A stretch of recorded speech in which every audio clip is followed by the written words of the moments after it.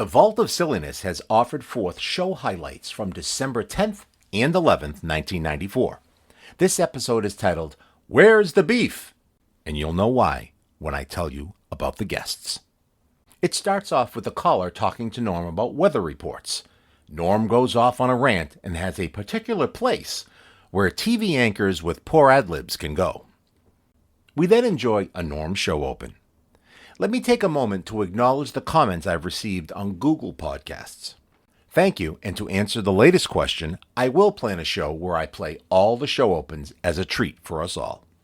After the open, there's zero reaction from the Teen Canteen. I mean crickets. Our first guest was Barnaby Conrad. He was an artist, bullfighter, nightclub, restaurant, saloonkeeper back in the 50s and 60s, and author of many books, but at the time, his latest was Name-Dropping, Tales from My Barbary Coast Saloon. The tape skips to the interview in progress. Norm just scratches the surface with Barnaby, but some of the names that are dropped are John Steinbeck, Bing Crosby, and Lenny Bruce. He was also co-director and founder of the Santa Barbara Writers Conference, and, at the time, writing his 26th book. Fascinating guest. We get an extremely brief respite, and Jack Hart tells us all about the latest boxing card at Foxwoods.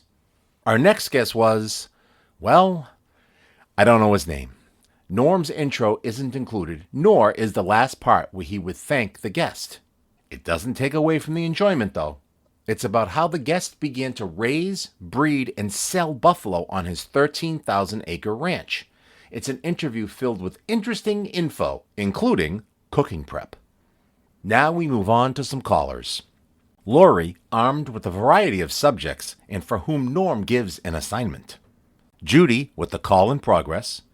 And Daryl from Boston. Before Norm signs off for the night, we get an AccuWeather forecast with a live field check. That meant Norm turned his chair around and looked out the window. Get ready for the countdown for episode 67. Countdown. Where's the Beef begins in 3, 2, and 1. Warm weather Yes. thing. I love this one. Yeah. Oh, yeah, this is... The weather's nice now, but hey, there's a storm brewing, and it's not going to last forever. Well, screw you. I don't care. I mean, can't you take one day at a time? Who cares what's going to be three days from now? I'm not going to start worrying about that. I got bills to pay. I got all kinds of things to worry about. You think I'm going to worry about weather that's going to be about 72 hours off when you clowns can't even predict weather for 2 days hence? It's so true. Oh, it goes on and on. I see, guys I like Bruce Schwegler's a nice man.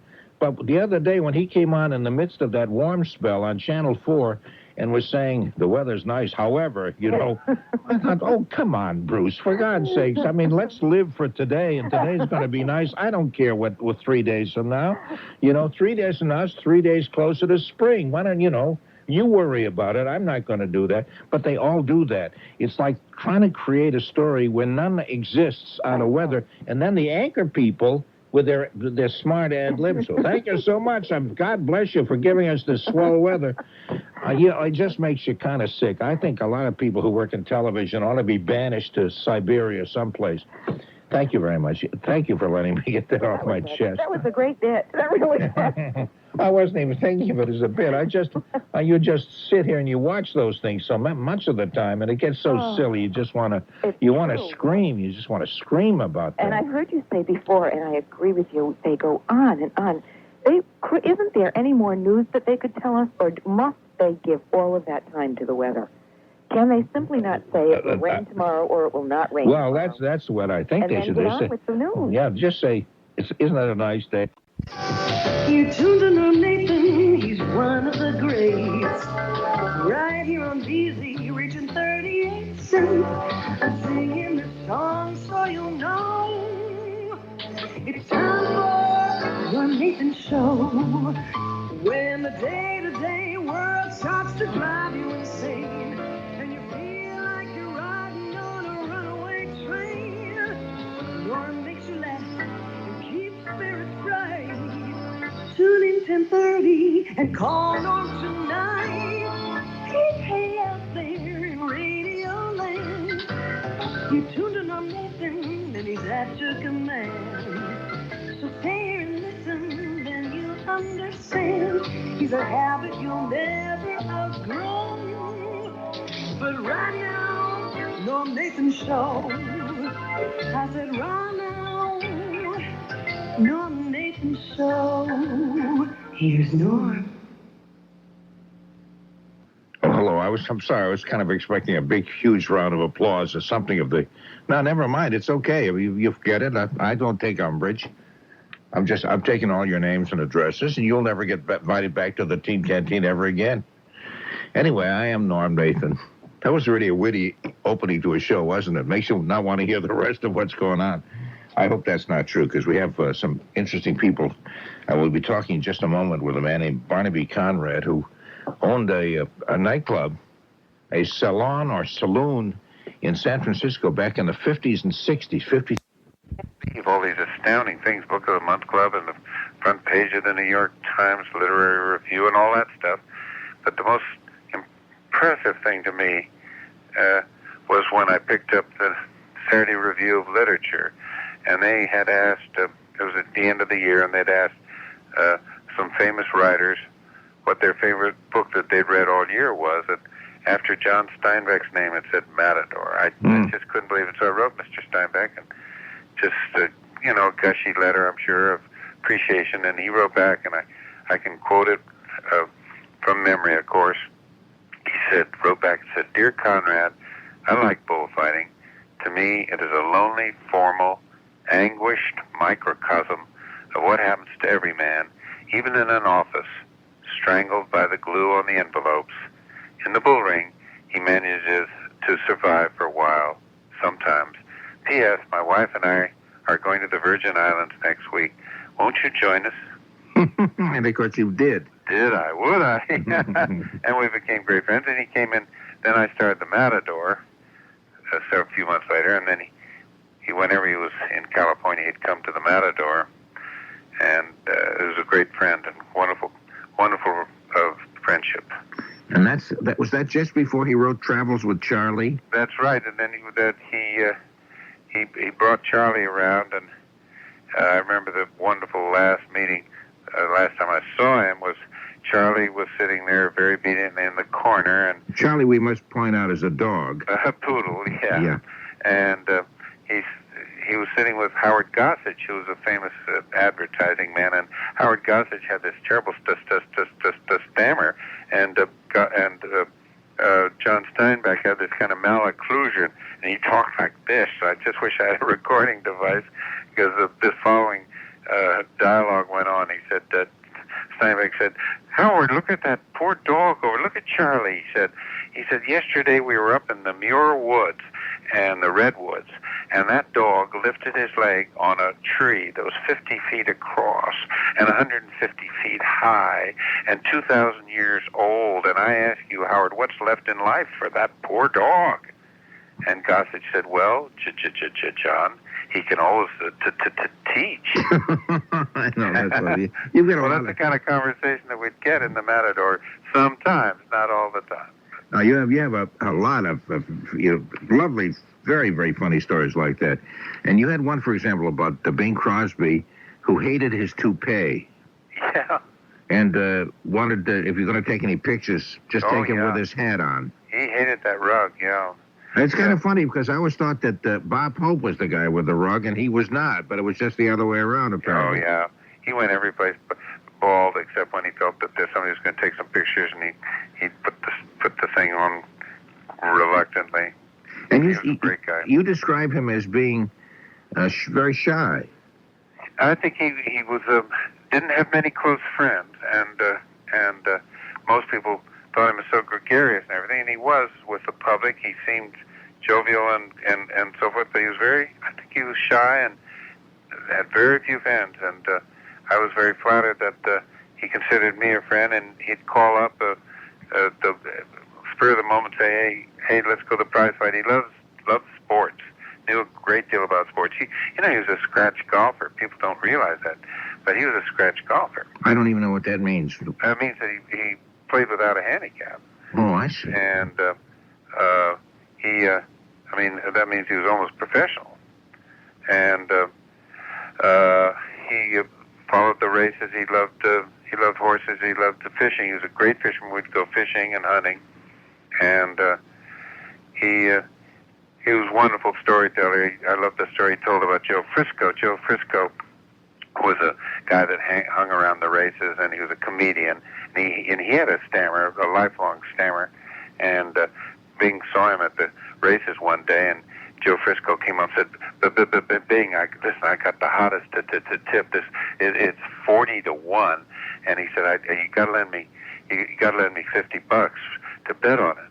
So Bing, always a soft touch, peeled off $50, gave it to him, and by gosh, the horse came in, and Bing went up to the owner's room, up to the club room afterwards, and there was Joe Frisco sitting with a Jeroboam of champagne in front of him and two gorgeous blondes on either arm, sitting there and with his feet up on the table. And Bing came in, and Joe Frisco pulled out this wad of dough that he'd won and peeled off $50 and flourished it and said, "Hey, boy, give us a chorus of melancholy, baby, baby."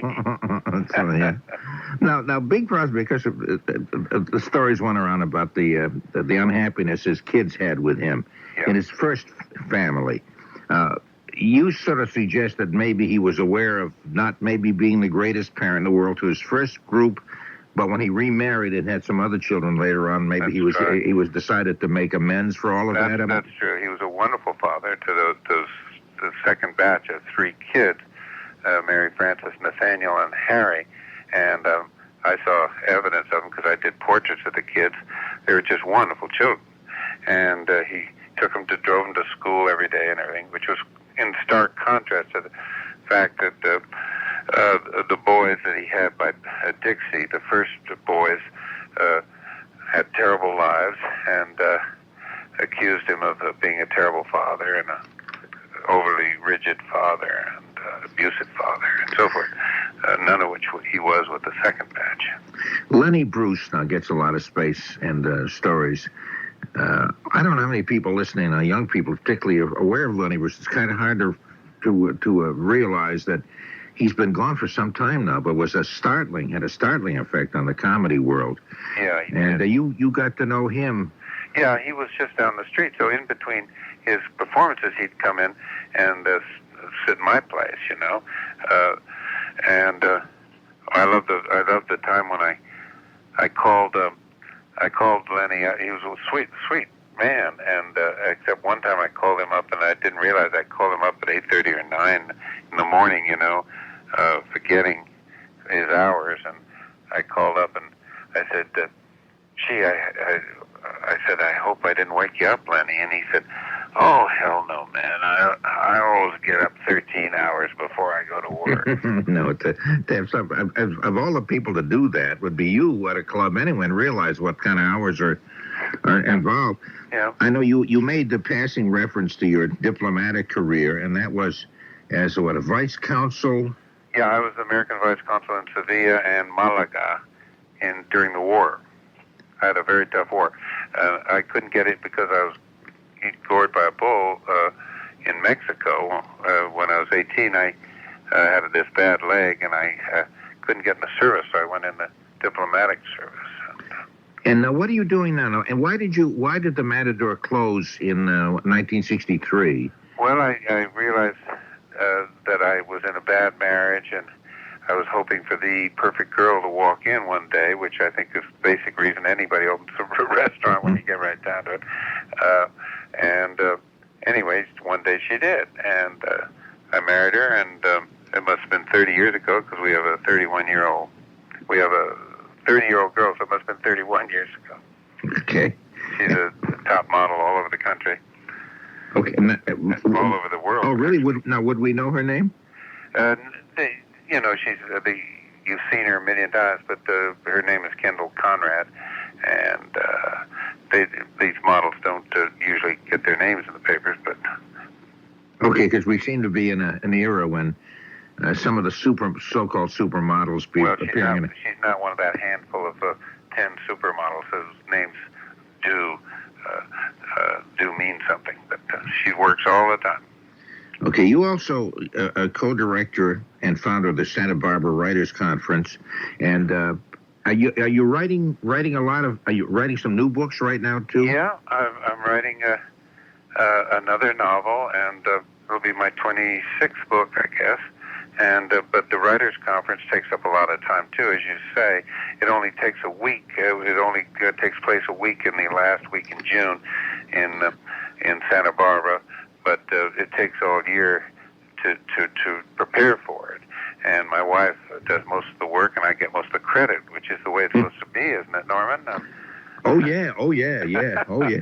Yeah, and we have the top writers in the country. We've come and speak to 300 would-be writers who pay to come, and we take over this whole hotel here, the Hotel Miramar in Santa Barbara, and for a week, these people, aspirant writers, the average age is about 40, I guess, and they get to rub elbows and pick the brains of such writers as Eudora Welty and William Styron and Ray Bradbury and so forth. The top writers in the country come. It's been going for 23 years now, believe it or not. Oh, and Ray Bradbury has come for 23 years, and so has Charles Schulz of Snoopy fame. Oh, yeah. He's coming back again this year, and so it's a very exciting week. And it's an exciting book. Name dropping is a lot of fascinating stories about a lot of people. We just barely. We can't even tell some of the stories, can we, Norman? The David Nevin stories we can't. I think that's right. That's right. Oh, you mentioned Truman Capote when somebody had asked him. He's talking in terms of a woman had said autograph the midriff. Yep, my tummy. And the rest of the tummy. That she was wearing a midriff, and she wanted him autographed the.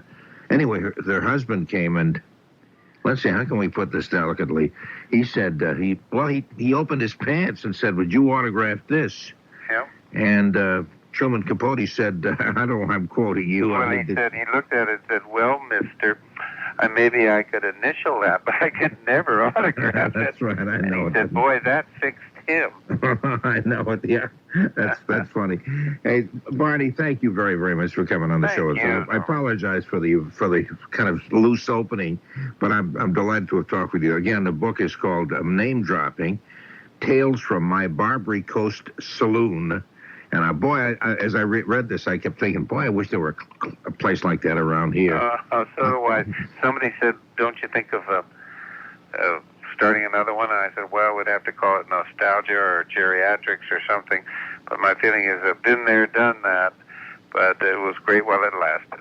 Okay, thanks a lot, and best wishes to you. Thanks an awful lot. Okay, take care. I appreciate talking to you. Bye-bye. Okay, Barnaby Jones. It's not Barnaby Jones. Who's Barnaby Jones? Barnaby Conrad, my name-dropping Tales from My Barbary Coast Saloon. Anyway, I'm not... To Foxwoods Resort Casino Thursday night, December 15th, for a WBA junior flyweight title bout with Eric Griffin against Carlos Murillo, plus a tough undercard. Call 1-800-PLAY BIG at Foxwoods. Yeah, we're having a lot of fun with it. Okay, I'm just checking my facts with you, make sure that what I say is absolutely accurate. You know how we are here in Boston about those things. Okay. Anyway, how long you been in the buffalo business? Actually, we've been in it about 2 years. We researched it about for 8 months, and then we decided it was a very great opportunity, and then so we jumped in with both feet.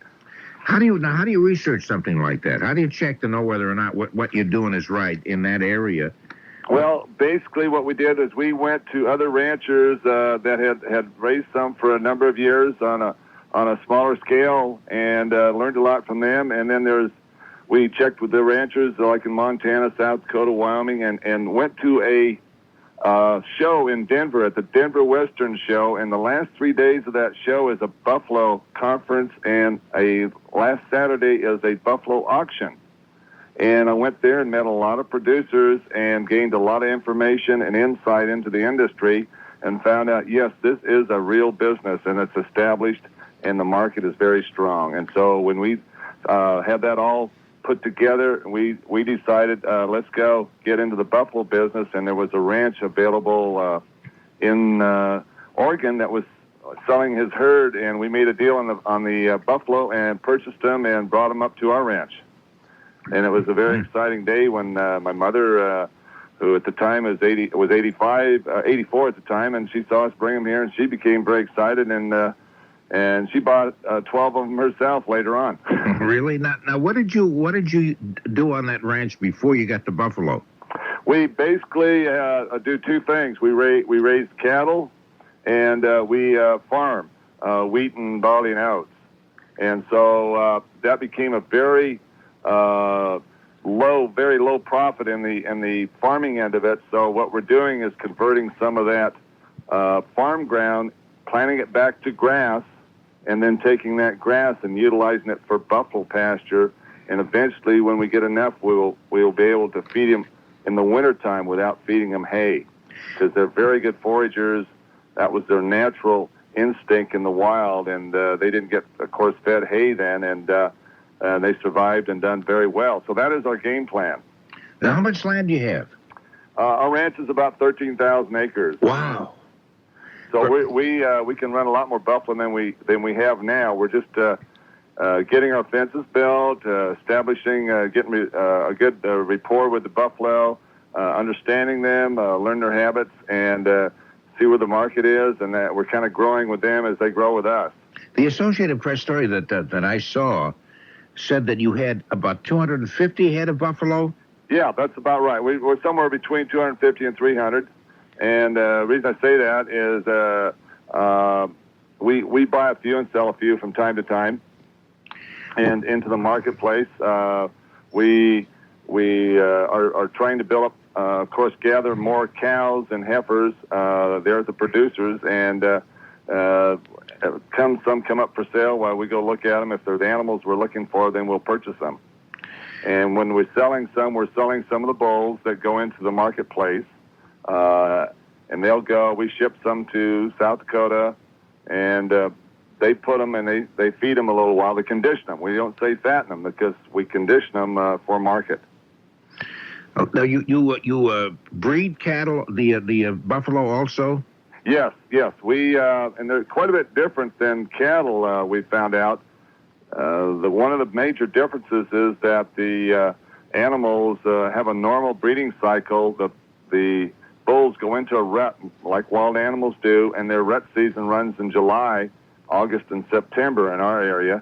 And so that means the calves are born like April, May, June, which is a much warmer time of the year than cattle. And we don't have any calving problems because the calves are born about 1/3 to 1/2 the size of cattle.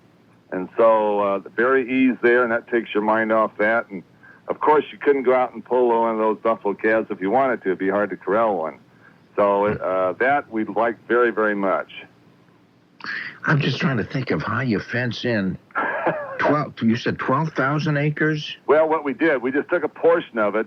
We take a portion of it. We do it like a half a section, which is 320 acres or at a time, and break it into smaller sections. And then we'll take that and fence it in, and we use what's called New Zealand high tensile fence, which is an electric fence. And basically, we found that we only need it like about 5 foot high, and we put 6 wires on, and the second and fourth wire from the bottom are insulated, and that's where we put our electric charger, which is a little shocking, intermittent shocking that they touch that, it trains them, and it leaves it in their mind that, hey, this hurts, and electric shock, and they stay away from it. Okay, so you just need it 5 feet high, because buffalo, I can't imagine a buffalo jumping very high. Well, you know what, I'll tell you, I didn't think so either, but what we found out in the buffalo is that they're the most athletic animal I've ever run across in my life. I've been around a lot of animals, horses and so forth, but they when you look at them, they look like they're kind of slow and wandering, but they are absolutely very quick and very, very good on their feet and very athletic, and they've got extremely good ears and eyes, and they've got an extremely good nose. So they have the very senses that they need to survive in the wild. But the thing that we found out is as long as you keep water and feed within that boundaries, they get to know the boundaries, and they stay in there. They have no reason to leave. Okay, but they can't jump. You said they can jump fairly high. They can. They can jump 6 feet very easy. Oh, wow! I wouldn't. Mature animal. It's kind of funny because just looking looking at them or looking at pictures, I tell you the truth, I've never actually seen a buffalo, in reality. But just the pictures of them look like they couldn't jump more than 2 feet. I know that. You're right. You're absolutely right. But like I said, they once you've been around them and you say, oh, they can't do this, can't do that. But they're so athletic and so quick, extremely quick. Matter of fact, there was a gentleman that runs some against some quarter horses at these fairs and so forth, and they run 100 yards, and they start him out of a starting gate, and he won approximately 80% of the races. That's amazing. Now these, of course, these. I hate to say it this way, but these buffalo are doomed in a sense because you raise them for a buffalo steak and all that, and for eating. Yeah, we raise them both. We raise them for breeding, and where we get the animals that we market is the animals, the bulls, and so we don't decrease any production. We only need 1 bull and 10 for breeding purposes, so that makes the other 9 bulls become marketable for meat, and that's what. And we market them as young animals. And so the concept in the industry is that we want the consumer to have a good tasting animal. So, like if you went to a restaurant and you had a bad piece of beef, you would blame, oh, that's just a bad piece of meat. But if you went to a restaurant and had a bad piece of buffalo, you'd say, oh, that buffalo's no good. See, so you're blaming the industry. So we just select very young animals up to 30, 36 months old is max. And those are the ones that are marketed for the meat industry that the restaurants get. And there's quite a few restaurants established now that do serve the buffalo meat, and it's very, very tasty. The people have learned how to cook it. It doesn't have the fat content, and that's what sells it. It's only 3% fat versus beef is around 20, 25%. And it's just as tender. It's a bit sweeter, and it has a third less cholesterol, a third less calories, and it has half again as much protein. So all of those are very much beneficial for one's diet. And it helps you jump over a 5-foot fence. Right. Then you can jump over a 5-foot fence. Do you cook it differently than you would cook, say, beef from a cow? Very definitely. It doesn't have the marbling, which means marbling. It doesn't have the interlaying of fat within the meat fibers. So what you have, you don't have to cook the fat in the meat. So you turn the temperature down a little bit lower, and it doesn't take near as long to cook. Are there many restaurants on the East Coast that serve buffalo meat? I'm trying to think of some. I'm not sure of any here.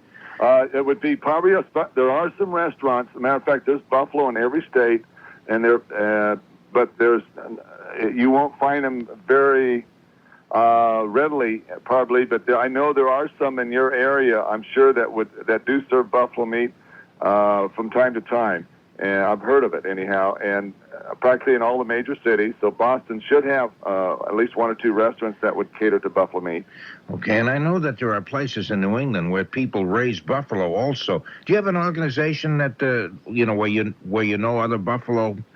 Yeah, we have an organization that's called the American Bison Association, and it's located in Denver, Colorado. That's the headquarters, and it's been in existence for since about the late 70s, about 1978. Okay, and do you know if there are people in New England who belong to that? Because I think there are people here who raise buffalo. Definitely, there are people. Yes, there's people in your area and the surrounding area that do belong to that association and that do raise buffalo. Very definitely.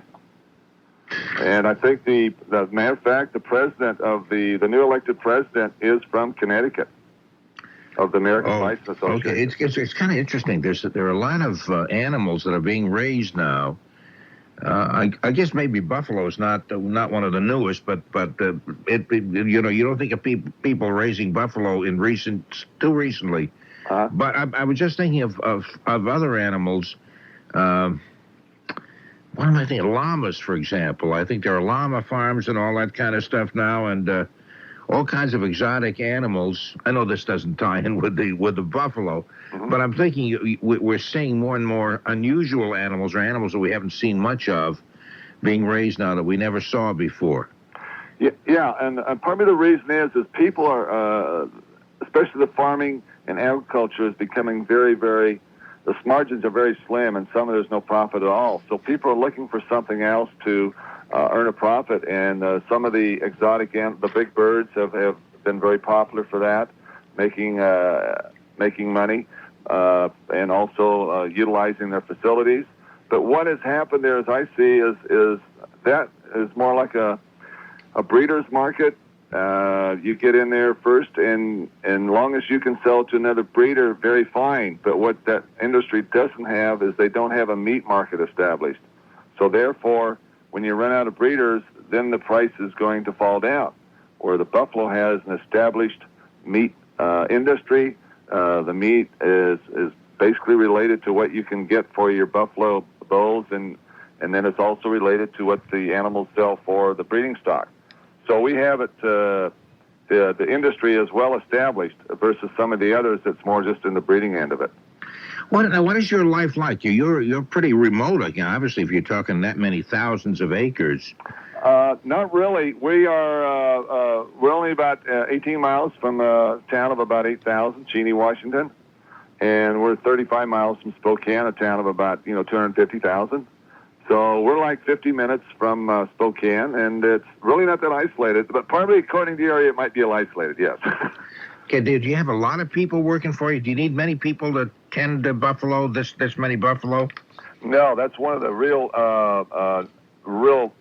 things that we like is that we don't need a lot of people. We take care of it ourselves. Once you get your fences built, your system set up, the animals basically take care of themselves, and that's what we really like about it. We don't have the calving problems. They take care of, like in the winter now, we're having some cold weather here. Well, cold, it's in the 20s.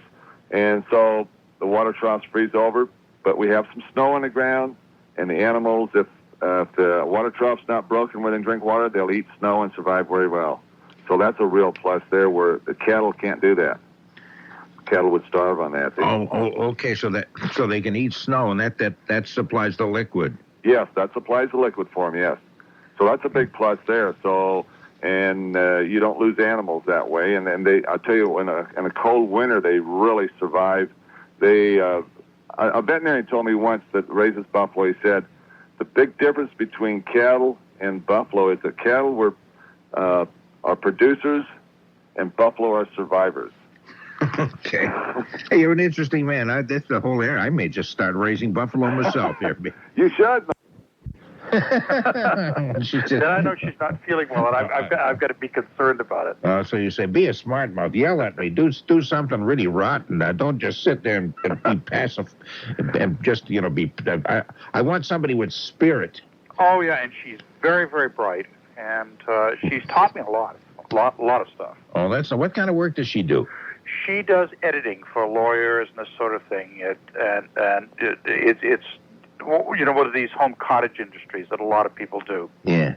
And she's basically been an English major and all that kind of thing, and been in library science, and I've learned a good deal. And she teaches her son, who is my stepson.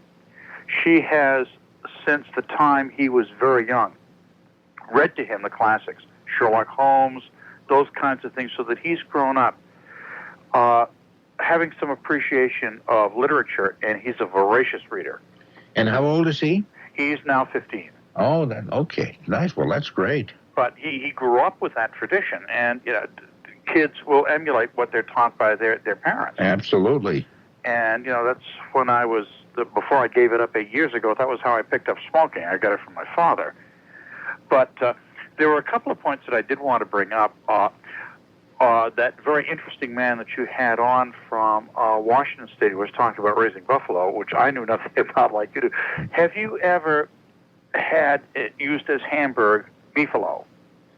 No, I've heard of it, but I never have tried it, no. It's very, very good. It tastes a lot like hamburger, and it's extremely lean. Now, what is that? Is that a combination of beef meat and buffalo meat? Yeah, well, they breed them together. Oh, really? Yeah. Yeah, that's how that goes. I think they're doing a lot of that in Vermont. What an interesting little exhibition that would be, seeing them breathing. I don't think I want to watch. Well, I've seen pictures of them. There's this large health food chain, which I'm sure you know around, that does sell beefalo, and I've seen pictures of these animals, and they look very strange. Yeah. And the meat is very lean. It's very good tasting. I've never had a buffalo steak, but I think if it were available, I would try it. Okay, maybe somebody listening knows exactly where you can get one, and maybe will call and tell us, because I'm not even aware of that. No, and so long as people raise animals, and I look at things differently than some people do. That if you're raising animals for meat, I'm perfectly willing to eat it. But if people go out and shoot it for sport, I'm not particularly interested. Yeah, I tend to agree with you on that. That's true. I'm not a vegetarian, so I do eat meat. So it would be hypocritical to say I don't like the way they slaughter animals or something. If you don't like that, then don't eat meat. Although I think most vegetarians are vegetarians not because of that kind of moral issue. It's mostly because they feel that vegetables and things are much more healthful than meat, which they feel is not. And that's fine. I think that's a perfectly legitimate attitude.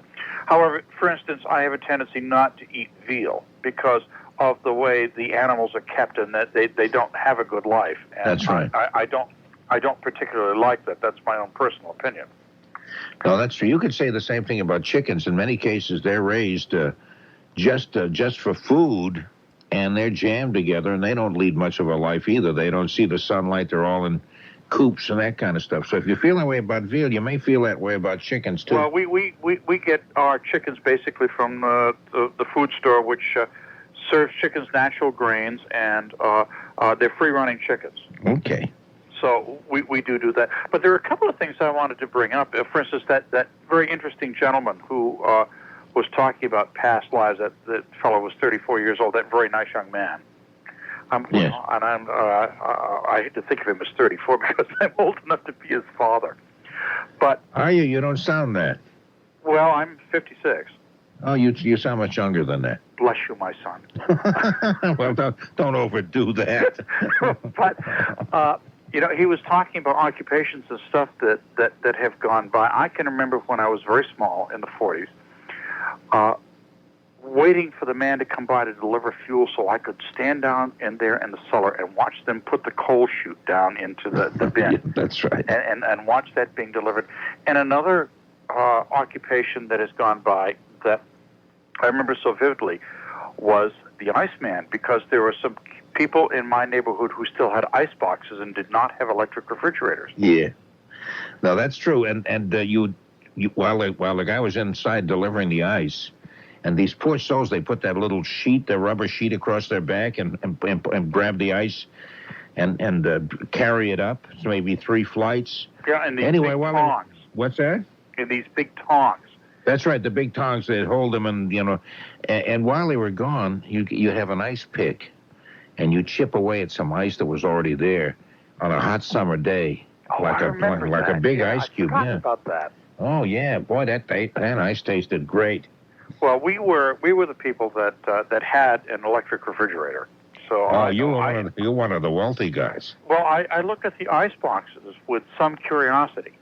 This was late in the war, I would say. I would say this was about 1944, 5, when I really started to get to the point where I remember things. I was born in 1938. And so I was 6 or 7 at the time, and that's getting to the point where you start to remember things in some detail. Oh, yeah. As we've often said, you can remember things that happened way back then, even though you can't remember what happened about a week ago. We had a family next to us. Now, we had an ice box, and also a little kind of an insulated box that was outside the pantry window. I don't even know how many people have pantries anymore, but this would be outside for the wintertime. So you'd open the window and then slide open the door of this, but it would stay cold because of the cold weather. Right. So you didn't need ice for that, but you need ice in the ice box. And all kinds of jokes came out of that. It's kind of funny that the jokes that arise out of certain situations, even though the situations don't exist anymore, we'd say things like, I've seen better-looking pans, which was a nickname for a face. I've seen better-looking pans underneath an ice box. And that kind of a joke wouldn't make any sense to any young person today who doesn't remember ice boxes or the pans where the ice melted, and then you had to empty that out, and that kind of stuff. No. I can't think of one off the top of my head. Had I been prepared, I could have come up with several that just don't make sense to my stepson. Okay, what I want you to do is accept that as an assignment, okay, Laurie, and jot them down next time. So next time we talk, I want a whole lot of jokes that make no sense to young people because the situations that in which they arose do not exist anymore. Oh, well, okay. I'll do that. But there were two other items I wanted to bring up before I get checked out here. Okay. The first is that I'm not sure that I'm going to be able to call you before the holidays, but if I don't, I want to wish you the merriest of holidays. I wish you a really neat time. I hope you do too, Laura. That's very nice of you. And the other thing is that you remember that one time we spent a long time talking about the high-lows. Yes. Well, I don't want to get into that again, of course, because people don't know, but there are 3 CDs now that have been released since I last talked to you on the high-lows, and the one that you should look into, which I think is their best, especially since you're a jazz buff, is the CD, The High-Lows and All That Jazz. Okay. And I think for you that you should look into that because you would love it. No, I do have that as an LP when it first came out. Well, now it's available on compact disc, and the transfer is excellent. Okay, we'll look that up. I thank you very much for the information, Mr. You're Law. quite welcome, Norm. And I wish you the happiest of holidays, and I know you've got to get off because it's thank you. time. Yeah, it's just about that time. Merry Christmas to you, Laura. Thanks a million. Merry Christmas to you, too, Norm. Thank you. Bye-bye. Okay, we'll take some more calls after the news because that's the kind of people that we are. Thank you so much. Or Dawn Patrol. That was a very big one for morning shows. And there'd be Dinner Time Serenade. But you never had your name on a program. Somehow they just never thought that was worthy of whatever the radio station was at the time. Now we go from dinner time melodies to evening serenade. And we had one program called Music at Day's End at one of the stations I worked for. But this is the Norm Nathan Show. I think there's something kind of sexy about that title. I really do like that. In the morning then, whenever she gets up. XYL. XYL. Know what that means? No. That means a former young lady. It doesn't mean that she's an old lady.